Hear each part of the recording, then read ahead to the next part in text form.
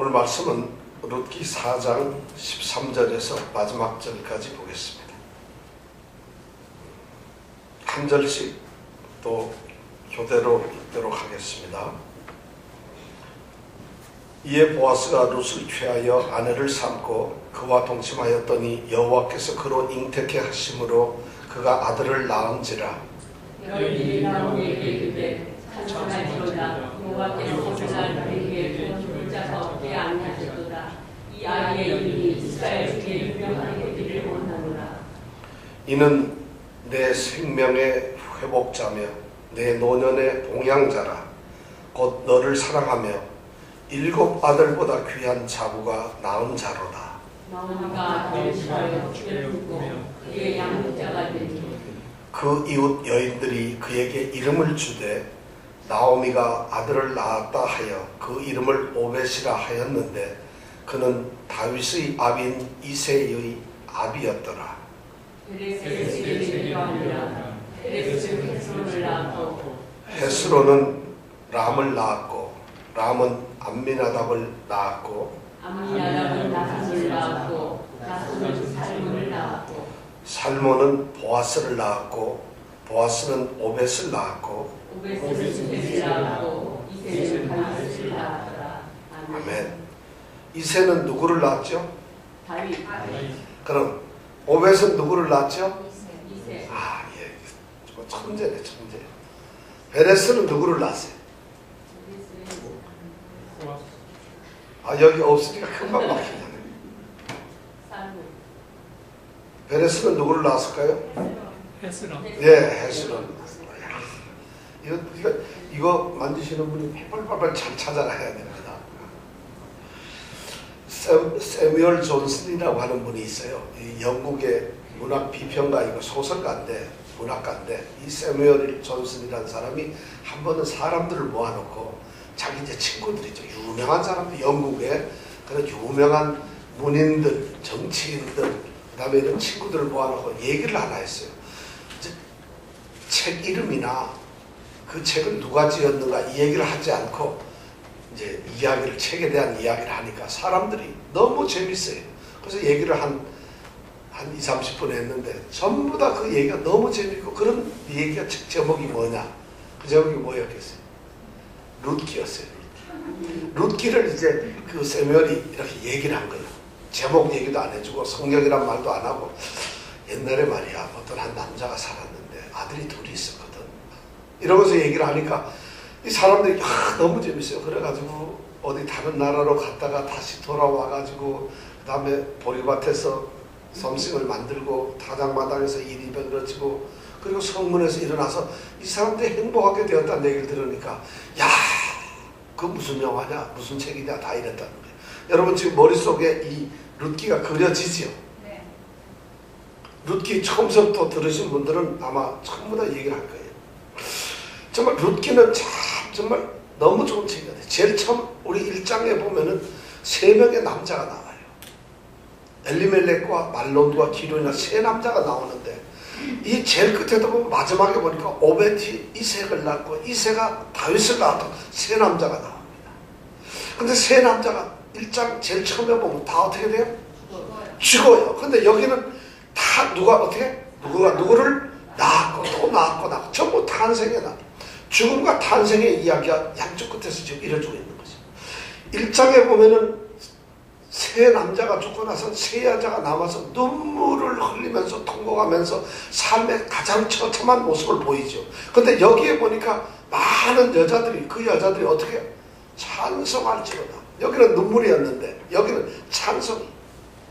이 룻기는 그렇게 인생이 많이 달라진 거예요. 1장에 보면 그들이 더 이상 소망이 없어가지고 정말 가난과 비참함 속에서 어떻게 해야 될 줄 몰랐는데 4장에 와서 오늘 우리가 읽어보니까 아들 낳고 봉양자가 되고 생명의 수여자가 되고 모든 것으로 축복을 받는 이런 이야기들이 바로 이 룻기라는 거죠.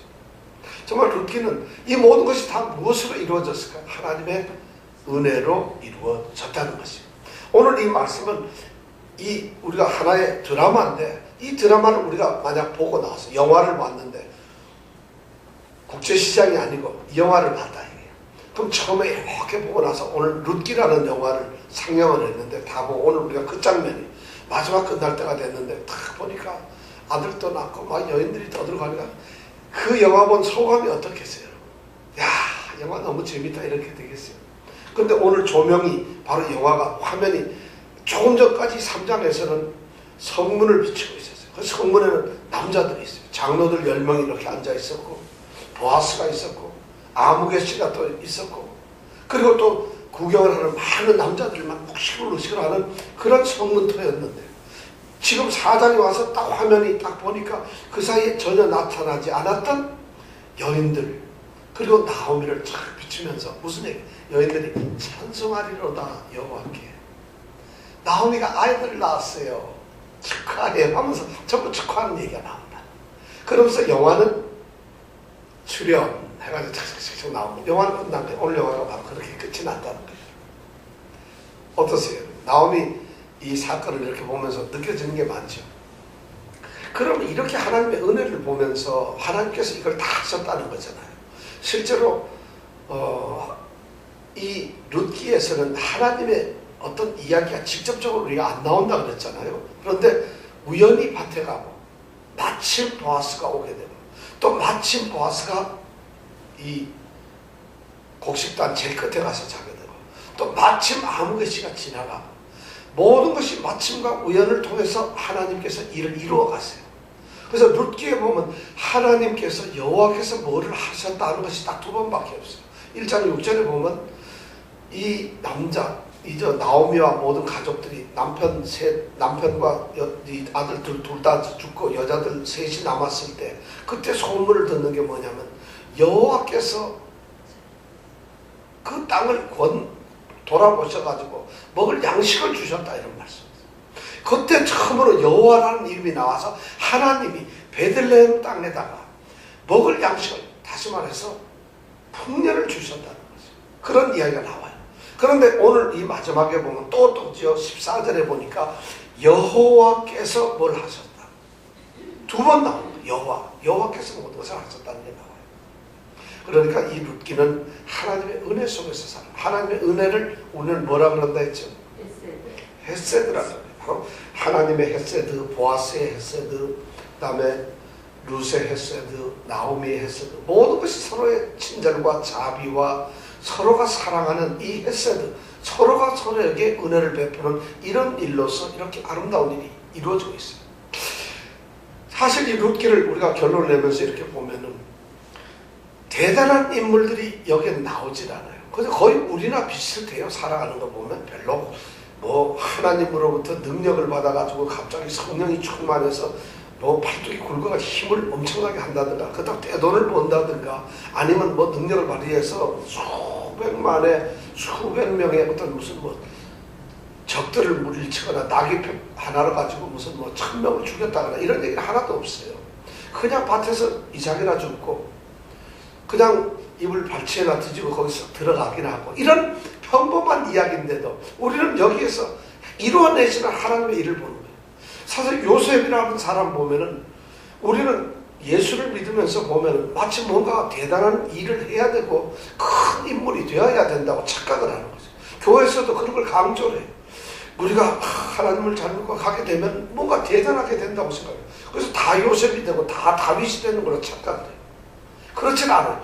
요셉이라는 사람 보면 참 좋지요. 사실 노예로 잡혀가고 종으로 잡혀가가지고 고생하고 유혹을 이겨내다가 나중에 총리도 되고 자기 가족 70명을 전부 다 애국으로 데려와서 흉년돼서 죽게 된 가족을 살리는 일을 이루어내잖아요. 결국은 그것이 뭐예요? 거룩한 하나님이 택하신 백성을 이스라엘 백성을 가나안 땅에서 그냥 죽게 만드는 것이 아니라 야곱 이하 70명을 애국으로 먼저 데려오는 거예요. 요셉을 통해서. 그래서 요셉을 통해서 다 먹게 하고 430년 먹게 하다가 힘들어지니까 다시 또 가나안으로 해방을 시키는 이런 일을 하셨는데 그렇게 위대하게 우리가 총리가 되거나 뭐 위대한 어떤 지도자가 되거나 족장이 되지 않더라도 룻기를 보면은 그냥 어떻게 보면 이름 안 알려줘도 괜찮은 사람들이에요. 그냥 내일 가게에서 내일 일도 하고 미용실에서 일도 하고 드라이버 들고 모질도 하고 알람 이거 잘 됐나 못됐나 이런 것도 보고 이런 일을 하는 사람들이 여기 나오는 거 이름 안 써도 되는 거예요. 아무 개시도 나오긴 하지만 다 그런 사람들인데 이런 사람에게도 가장 힘든 처참한 비참한 이 사사기 시대에 왕이 없어 자기 멋대로 살아가고 외적의 침입에 의해서 그 고통에 의해서 힘들게 살아가면서도 꿋꿋하게 하나님이 택하신 백성들은 자기 일을 하면서 행복하게 잘 살고 거기에서도 하나님이 했다는 우리는 오늘 이렇게 결과를 보면서 오벳은 이새를 낳았고 이새는 다윗을 낳았더라. 이 말을 마지막 절을 딱 읽으면서 아 다윗 왕의 할아버지가 바로 여기 오늘 태어난 오벳이로구나 라고 생각을 할지 모르지만 이 이야기가 기록된 오벳을 낳는 보아스나 루시나 또 그 오벳을 가슴에 품고 있는 이 나오미가 야, 이 녀석이 다윗의 할아버지가 되겠구나 알았겠어요? 몰랐겠어요? 아무도 아는 사람 없어요. 그냥 아들 하나 낳은 거예요. 그런데 이 축복이 얼마나 좋은가. 보아스라는 사람 늙어서 장가도 못 가고 돈만 있어 보여요. 그래서 어쩌면 그냥 늙어가는 한 사람을 헤세드에서 하나님이 그 사람에게 가정을 이루게 하시고 정말 훌륭한 아들 하나 귀여운 아들을 주셨다는 거죠. 자, 모압 땅에서 처참하게 살아가야 될 아무것도 없는 이런 여인이 여기 와가지고 어머니 하나 믿고 따라오고 어머니를 봉양하러 따라온 이 여인에게 남편을 허락하시고 아들도 허락하셔가지고 가정을 이루게 하고 장차는 위대한 이 다윗 왕의 할머니가 증조 할머니가 되게 하는 이런 위대한 일도 해내셨다. 또 나옴이라는 여자는 남편 있고 아들 둘 있고 며느리한테 붙어서 먹고 사는 처참한 그런 여자 아니에요. 그런 여자에게 보니까 기업물을 이 아들을 허락하셔서 오늘 이 스토리를 보면은 전부 다가 하나님의 은혜로 다 축복을 받았어요.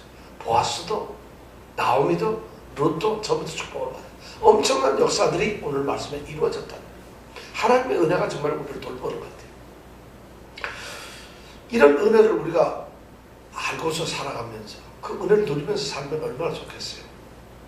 근데 이제 예수를 믿으면 이렇게 축복을 받고 또는 이렇게 한다는 것을 우리가 듣는데 저는 성경을 보면서 이런 생각을 해봐요. 우리가 신앙생활을 정말 잘할 수 있다면 만약 어떤 사람을 어떤 집사님이 있는데 이분을 신앙생활을 잘하게 할 수 있는 방법이 만약 하나님이 찾는다면 어떤 방법이 있을까요? 예를 들어서 어떤 사람이 있는데 집사가 있는데 이 사람 신앙생활을 좀 잘하게 해서 하나님 말씀을 잘 듣게 하고 싶어요. 하나님이. 그래서 하나님 말씀대로 잘 듣게 살고 그렇게 살게 하고 싶은데 그런 방법이 한 두 가지가 있을 거예요. 첫째는 이 사람에게 축복을 막 내려가지고 하는 일마다 잘 되게 복을 주면은 아 이거 하나님께서 내게 복을 내주시는구나 하고 하나님을 잘 섬기겠죠. 또 하나의 방법은 무시무시한 저주를 내려요. 조금만 잘못하면 막 그냥 벌을 내리고 저주를 내려. 그러면 아이고 이거 잘못했다니 큰일 나겠구나. 하나님을 잘 섬겨야지. 그럼 하나님을 잘 섬길 수 있겠죠.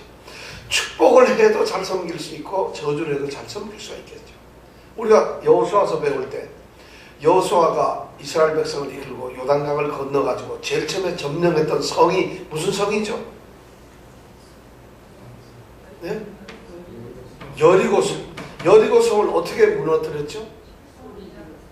예? 돌았어요? 머리가 돌았어요? 네. 예. 첫날 가서 하루 한 바퀴 돌고 오고 그 다음날 가서 또 한 바퀴 돌고 오고 그 다음날 가서 한 바퀴 돌고 6일 동안은 그렇게 돌았어. 그리고 마지막 날 7일째는 7번을 돌았어. 그럼 전부 몇 번을 돌았죠? 야, 그거 얘기를 안 했는데 13번인데 아니 13번을 돌고 나서 그 다음에 한 게 뭐예요? 소리 지르는 거예요. 그러니까 성이 무너졌거든요. 누가 그런 거예요? 왜 그렇게 무너졌어요? 하나님이 하셨다. 이렇게 하기에는 정말 우리가 믿어지질 않아요. 정말 하나님이 뭘 한 거예요? 돌아다녀서. 그러니까 과학자들은 엉뚱한 소리를 합니다. 60만이 그 땅 밟기를 해가지고 땅을 밟다 보니까 땅이 무너져가지고 그 다음에 60만이 소리를 지르니까 그 공명에 의해서 성이 무너졌다. 이렇게 과학자들이 연구를 하는 사람도 있어요. 근데 실제로 그런 압력과 그런 걸 해보니까 무너지더라는 것이에요. 제가 보기엔 그 과학자는 성경을 믿지 않는 사람이에요. 과학을 증명하기 위해, 성경을 증명하기 위해서 연구를 하는데 그건 내가 보기엔 그건 나쁜 짓이에요, 사실.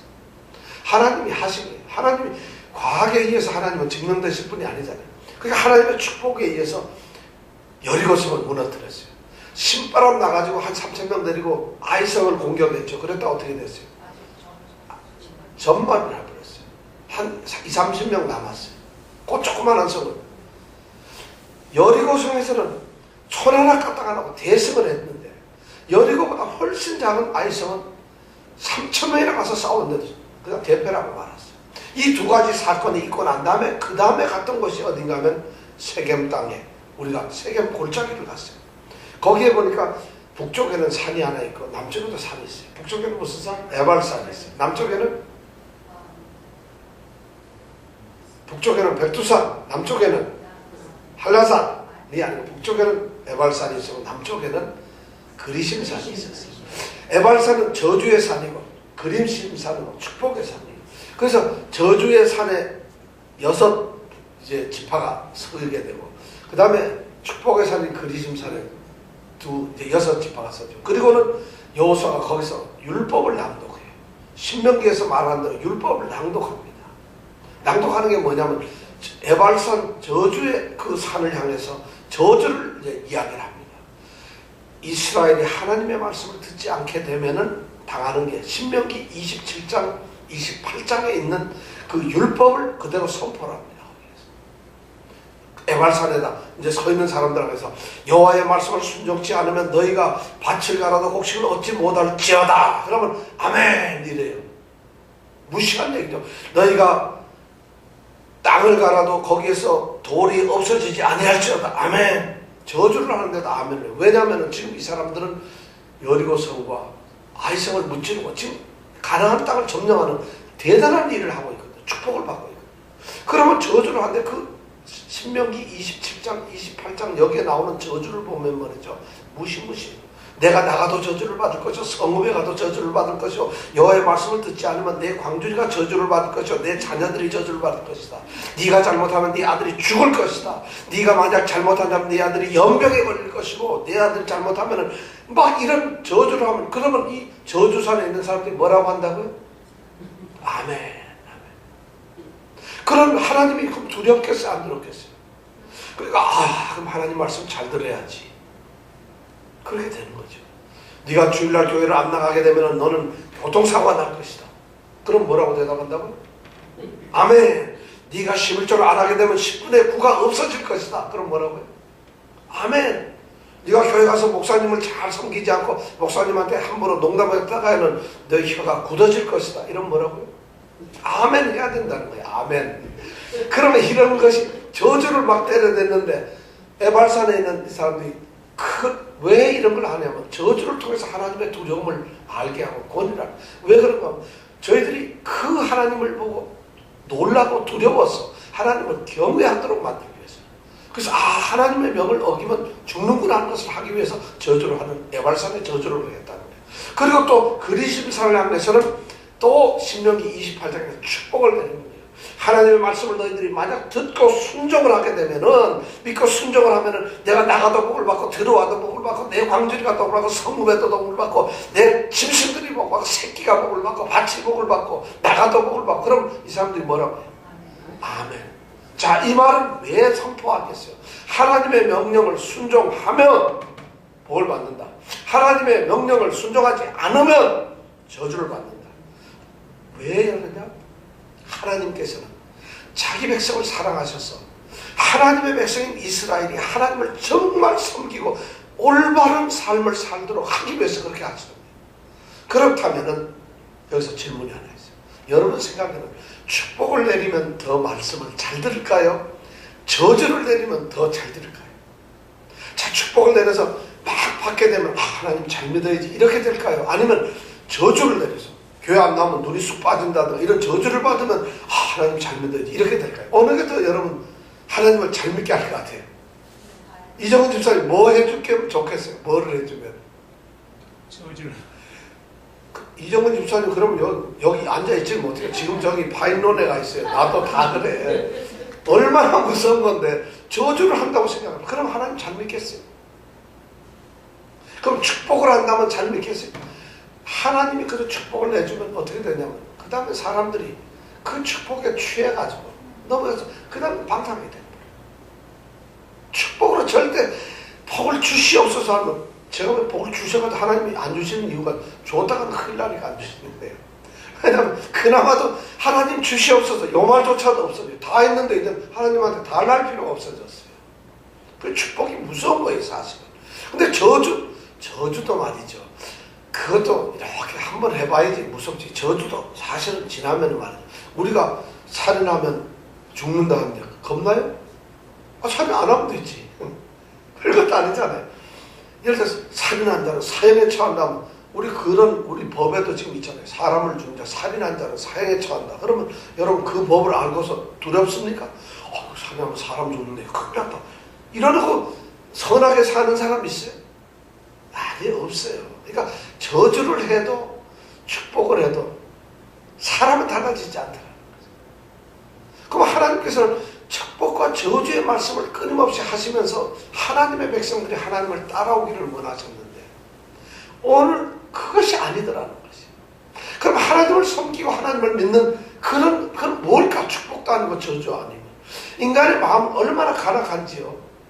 저주라든가 이런 거에 대해서 잘못해가지고 그렇게 한다 하더라도 실제로는 인간의 마음이 연약하고 약해서 그 저주를 그걸 갖다 두려워해서 지키지를 못해요.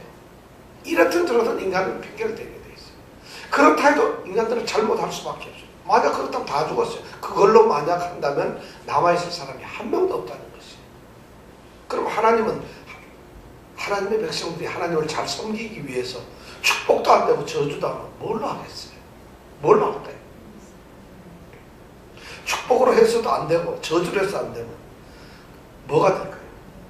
바로 그것이 뭐냐면 은혜라는 것이에요. 하나님의 은혜 때문에 우리가 예수를 믿는 것이에요. 하나님이 나에게 은혜를 쏟으시기 때문에 내가 하나님께 가까이 가는 거예요. 은혜를 못 느끼는 사람은 절대 하나님을 못 믿어요. 축복으로 우리가 하나님이 복을 주시기 때문에 가는 것이 아니라 복을 주시지 않아도 그 복을 주실 수 있는 분이기 때문에 그분이 나를 지키시기 때문에 가는 거예요. 그것이 은혜예요. 하나님이 나를 저주를 내리실 수 있고 하나님이 내게 멸망과 파멸을 가져올 수 있고 하나님을 믿지 않으면 죽을 수밖에 없는데도 그런데도 하나님이 내게 은혜를 베푸셔서 하나님을 찾게 하고 그리고 그리스도 예수를 보내서 우리로 하여 구원을 하시기 때문에 그 은혜 때문에 우리가 하나님께 하는 거예요. 지금 하나님을 믿는 것도 바로 은혜예요.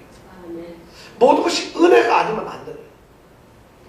우리 성도들에게 지금 가장 중요한 것은 바로 은혜예요. 오늘 룻기는 바로 그 은혜가 하나님이 이렇게 이 사람들을 통해서 하나님의 은혜 속에 이 사람들을 살도록 하고 있다는 것이에요. 그래서 이런 은혜를 너희들이 깨달으라고 하는 것이에요. 하나님의 은혜 속에서 하나님의 백성들은 살 수가 있다는 것을 이렇게 가시적으로 보여주고 있는 것이에요. 오늘 그러니까 우리 믿는 사람들이 바라야 될 것은 하나님 축복을 주시옵소서. 하나님 이 벌을 내게 내리지 마시옵소서. 이것이 아니에요. 천당이 아니에요. 지옥이 아니라 우리에게 하나님을 사랑할 수 있게 하는 것은 하나님의 그 한량없는 은혜라는 것이에요. 그 은혜가 우리가 닿을 때, 그 은혜가 내 마음에 느껴질 때 하나님 나를 불쌍히 여겨주시옵소서. 하나님의 은혜 아니면 난 아무것도 할 수 없습니다. 하나님의 은혜가 아니면 저는 죽습니다. 이렇게 고백할 수밖에 없다는 것이에요. 수많은 믿음의 사람들이 바로 이 은혜를 통해서 살았다는 것이에요. 신앙이라는 것, 성경이 말하는 것은 전부 다가 뭐냐면 은혜예요. 전부 다. 은혜 외에는 아무것도 할 수가 없어요. 여러분들 그 은혜 한번 느껴보셨어요? 만약 은혜를 못 느끼고 산다면 우리는 신앙이 없는 것이에요.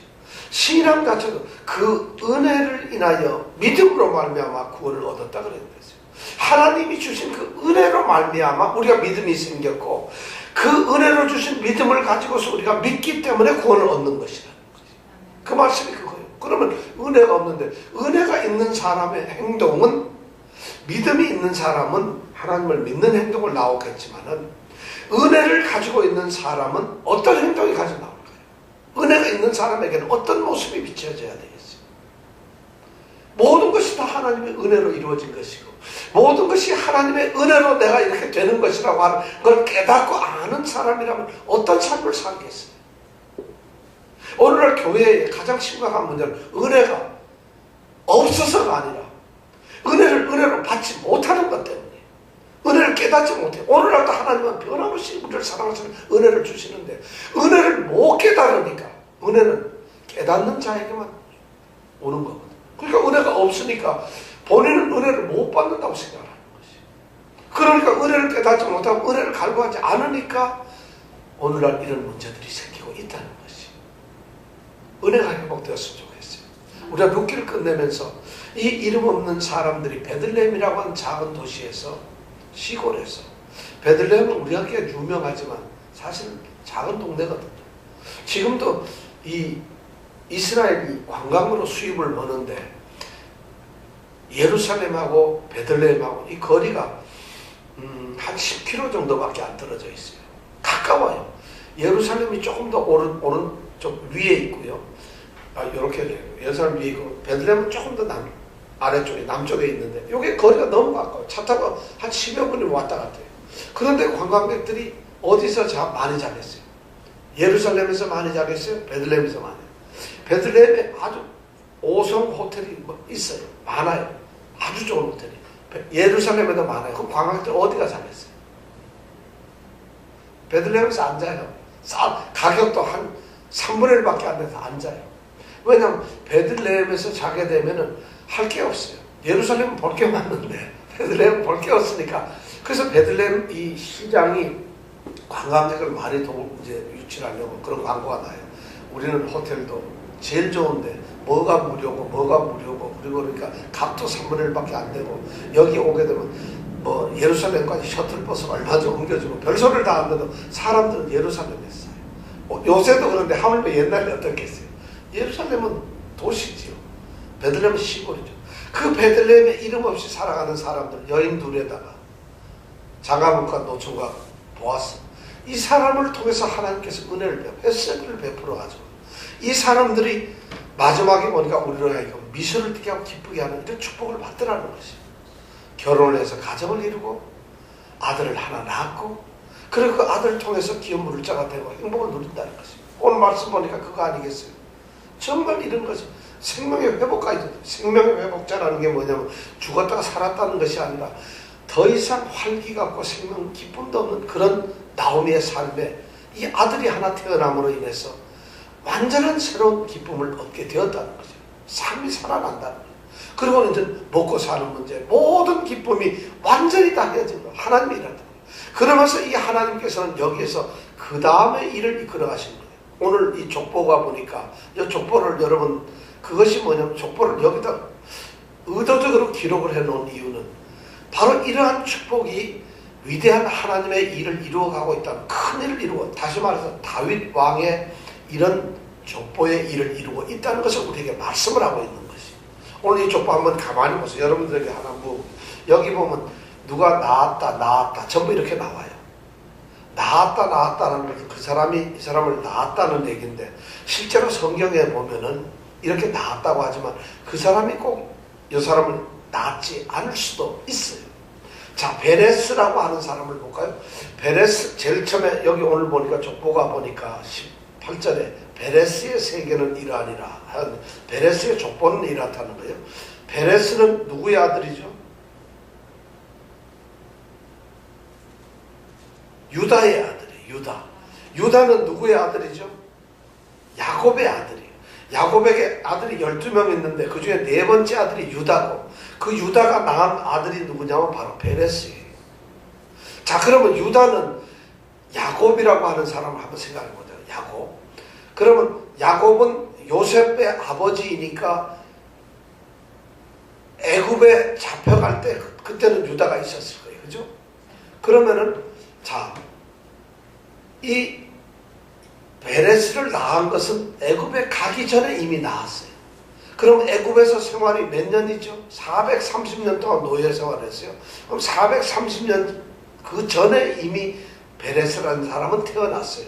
그럼 다윗은 430년 애굽 생활이 지나고 그 다음에 가나안을 정복하는 한 20-30년 시간도 지나고 그리고 나서 또 시간이 20-30년 지난 다음에 태어나는 사람이 누구냐면 다윗이. 그러면 여기 다윗의 아버지가 누구요? 이세. 이세의 아버지가 오벳. 그러면 오벳하고 다윗하고 나이 차이가 얼마나 될까요? 한 50년? 60년? 70년? 자, 그렇다면 오벳과 이 베레스는 나이 차이가 얼마나 되겠어요? 400년 이상이 돼요.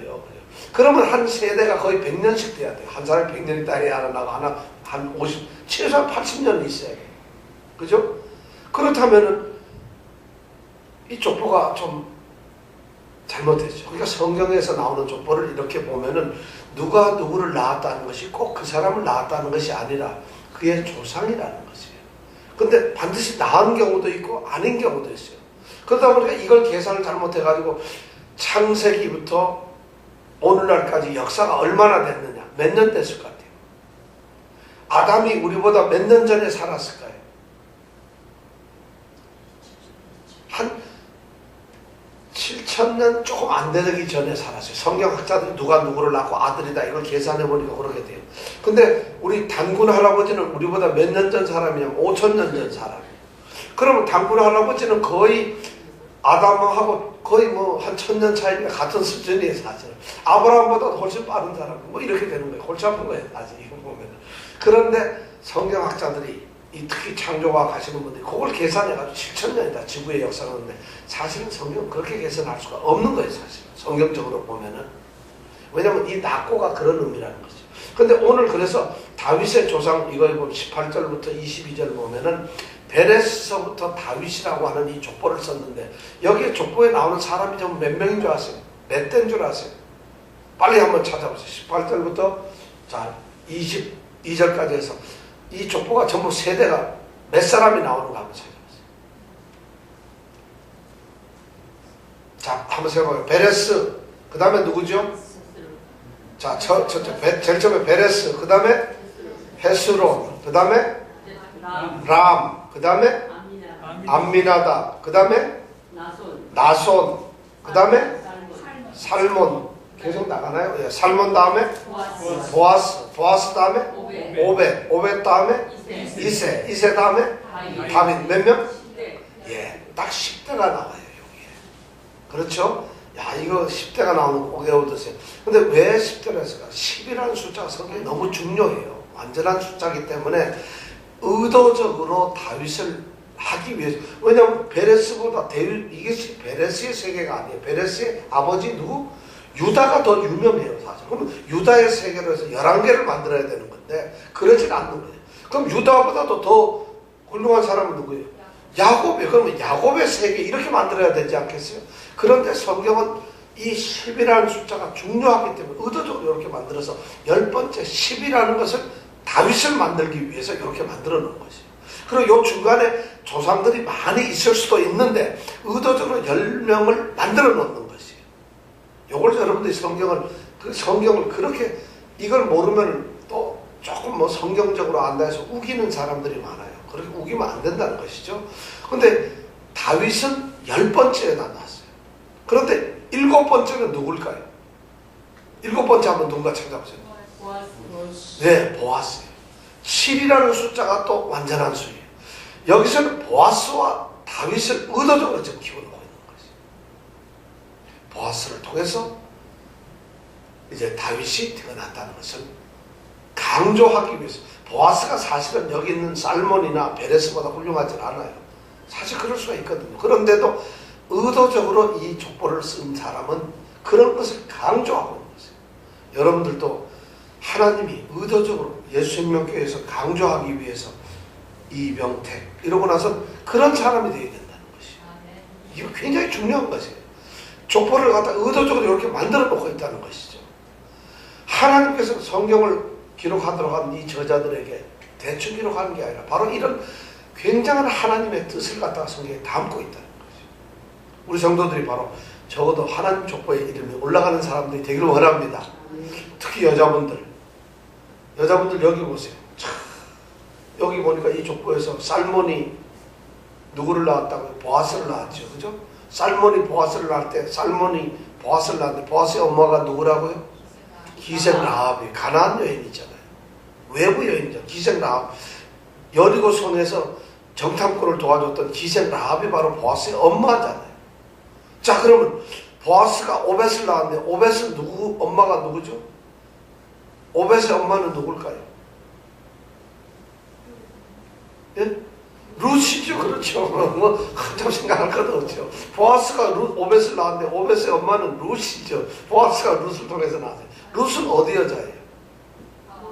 모압 여인이에요. 모압 여인은 이스라엘에 도저히 들어올 수도 없는 그런 여인이에요. 모압이라고 하는 족보가 제일 처음에 시조가 누구라고요? 아버지와 딸이 관계라서 근친상간에 의해서 난 정말 그런 족보. 그렇죠. 롯이 바로 롯이 자기 딸을 그 소돔 고모라성이 명해지니까 딸들이 아버지 술 먹이고 그리고는 아들씩 낳아서 암몬 모압이 된다 아니에요.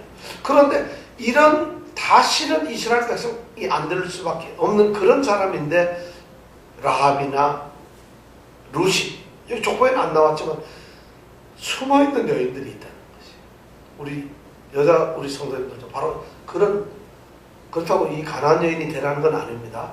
족보에 나오는 이런 훌륭한 분이 돼야 된다는 거죠. 여자들도 그렇게 되잖아요. 사실 이 당시에 여자가 예수님의 족보 올라온다는 건 대단합니다. 이름을 쓸 수가 없는 거예요. 오늘도 무슨 여자 이름 안 쓰잖아요. 그런데 바로 마태복음에 가면은 의도적으로 그것을 기록을 하고 있어요. 5명의 여자를 기록하고 있어요. 왜냐하면 마리아를 또 얘기를 해야 되니까. 바로 족보에 이름이 기록된다는 것은 대단한 사람이에요. 우리는 룻기를 통해서 아무개가 돼서는 절대 안 돼요. 아무개 씨가 되면 절대 안 됩니다. 하나님의 생명책에 이름이 기록되는 사람이 되기를 원합니다. 그리고 이 룻기를 통해서 우리가 정말 하나님의 은혜를 정말 여러분들께 깨닫기를 원합니다. 하나님의 은혜가 없으면 아무것도 안 됩니다. 사사기 아니라 세상 없어도 하나님의 은혜가 되면은 베들레헴에서도 꽃이 핍니다. 모압 여인에게도 희망이 살아납니다. 처참한 나오미에게도 가장 행복한 그 순간이 있게 된다는 거예요. 이런 것을 하나님께서는 은혜로 우리에게 베푸셨다. 오늘날도 우리 예수님교회 모든 성도들에게 이런 은혜가 넘치길 원합니다. 가정마다 하나님께서 보이지 않는 손길로 삭삭할 때 그 은혜를 우리가 누리면서 산다면 얼마나 좋겠어요. 보아스, 그 다음에 룻, 나오미, 그들이 가지고 있었던 이 은혜를 받을 수 있었던 어쩌면 가장 큰 것이 뭐냐면 은혜예요. 그냥 하나님의 은혜였기 때문에 그런데 그 은혜를 그래도 하나님이 주시는 이유가 만약 우리가 보고 있다고 한다면 그들이 서로 간에 베푸는 헤세드라는 사랑이라는 것이에요. 그것이 바로 이런 놀라운 축복을 이루었다는 걸 아시고 여러분들에게 바로 이런 축복이 있기를 원합니다. 우리 교회는 진짜 하나님의 은혜 때문에 삽니다. 나는 내가 되는 것이 바로 하나님의 은혜입니다. 모든 것이 은혜입니다. 나는 축복을 가지고도 하나님 내게 축복을 아무리 주셔도 나는 축복 때문에 하나님을 믿을 수가 없어요. 내 마음은. 우리 인간의 심성이 그래요. 하나님이 나를 아무리 협박을 하고 저주해서 공포를 두렵게 해도 그 공포 때문에 내가 하나님을 섬길 수는 없어요. 그러나 내가 이렇게 지금 이 자리에서 기도하고 하나님을 찾는 것은 하나님이 내게 주신 은혜 때문입니다. 십자가에서 다니신 그 아들의 죽음을 통해서 나를 구원하시고자 했던 그 하나님의 은혜, 사랑, 이 은혜가 우리에게 넘치기를 원합니다. 자, 이 시간 우리가 은혜를 사모하면서 하나님 정말 내가 은혜의 주인공이 되고 은혜의 사람이 되게 해주시옵소서. 이렇게 한번 우리 정말 오늘 은혜를 한번 사모하는 정말 우리 이제부터는 뭐 은혜 아니면 우리 아들도 하나님 은혜가 있어야 됩니다. 하나님 우리 남편도 은혜가 있어야 되고 나도 은혜가 있어. 우리 가정도 우리 사업에도 은혜가 있어야 됩니다. 제가 아무리 연장을 들고서 일을 한들 축복으로 저주로 되는 것이 하나도 없어요. 그러나 하나님의 은혜면 됩니다. 이 시간 은혜를 간절히 사모하면서 은혜를 위해서 우리 함께 기도하겠습니다.